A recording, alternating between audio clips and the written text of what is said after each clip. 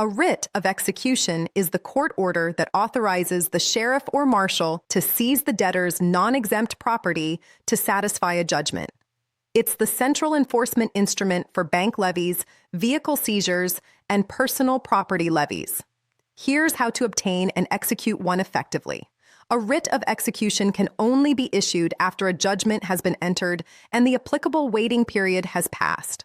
Most states require that the debtor have 30 days after entry of judgment to pay voluntarily before enforcement can begin, though this period varies by state. To obtain a writ, you file an application with the court clerk in the court that entered the judgment. The application identifies the judgment amount, current accrued interest, any partial payments received, and the county where the levy will be executed.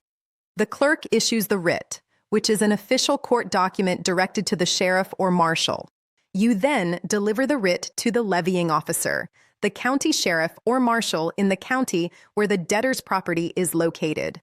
Along with the writ, you provide a written instruction identifying the specific property to be levied, the bank name and branch, the vehicle description, or the physical location of personal property.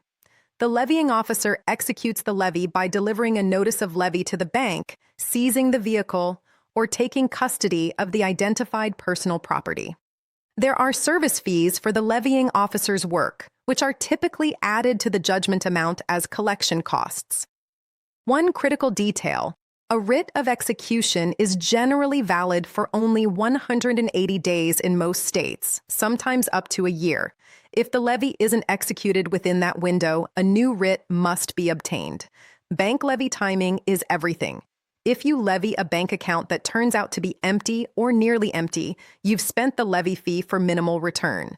Professional asset investigation that identifies accounts with likely balances, including timing the levy around known payroll deposits, dramatically improves recovery. People Locator skip tracing provides the bank identification and asset intelligence that makes right enforcement effective. Visit peoplelocatorskiptracing.com to get started.